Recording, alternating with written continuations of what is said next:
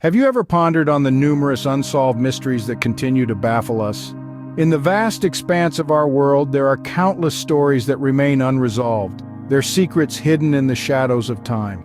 These unsolved mysteries, they captivate our curiosity, spark our imagination, and at times send shivers down our spine.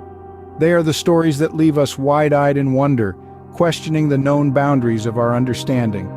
From the silent depths of the ocean to the unexplored realms of outer space, from ancient relics to modern-day phenomena, these mysteries are as varied as they are numerous.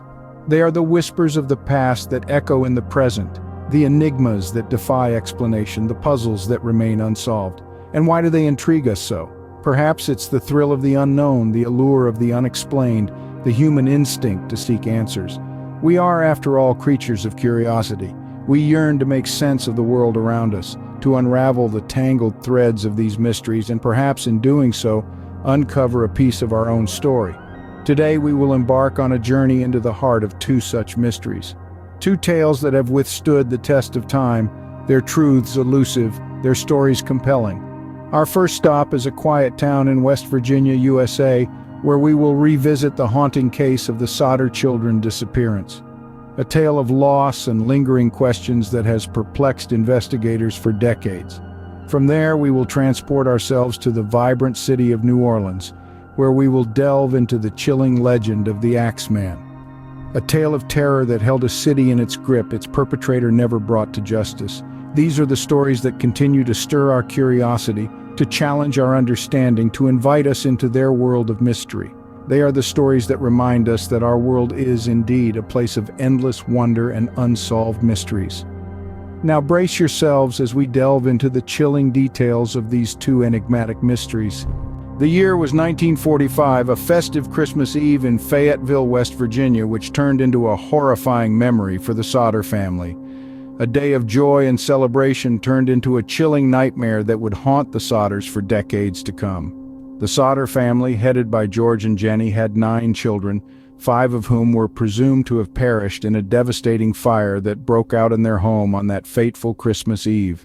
Maurice, Martha, Louis, Jenny, and Betty, aged between 5 and 14, were believed to have been trapped upstairs when the fire started. George and Jenny, along with their 4 other children, managed to escape the blaze but were unable to save the other 5. Despite George's frantic efforts to reach his children, the ladder that always leaned against the house was mysteriously missing, and his attempts to start his trucks to position them beneath the windows failed. The fire department, astonishingly, didn't respond until the next morning, by which time the house had been reduced to ashes. But here's where things get peculiar. The search for the bodies of the 5 Sodder children yielded no remains, an unusual occurrence given the intensity of the fire. This led to an unsettling question. Did the children actually perish in the fire? In the days and years that followed, a series of strange incidents and discoveries deepened the mystery. A telephone repairman claimed the house's phone lines had been cut, not burned. Witnesses came forward, claiming they saw the children alive.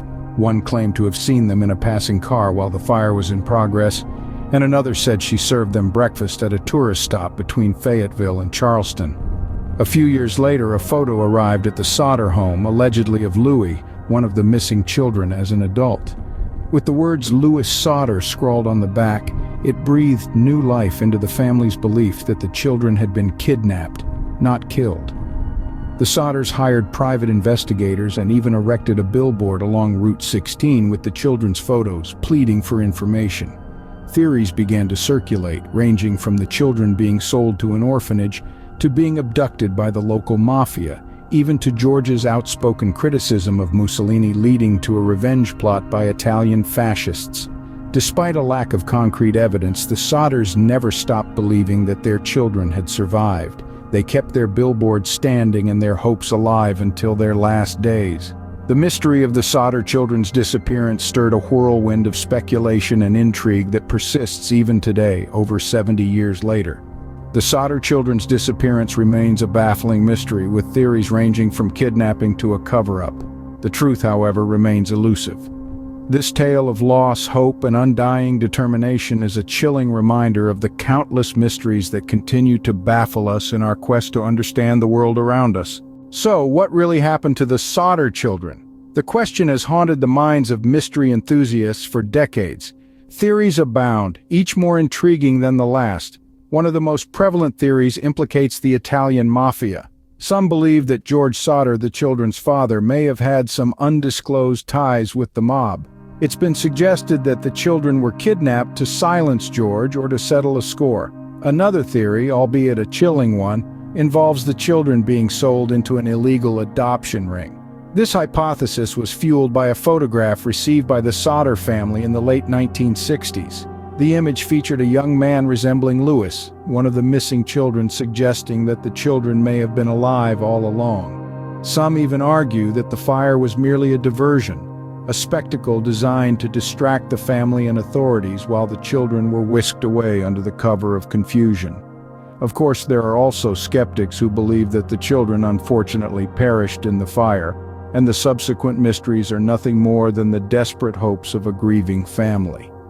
Despite the multitude of theories, none have provided definitive answers. Each one only deepens the enigma, adding more layers to an already complex mystery.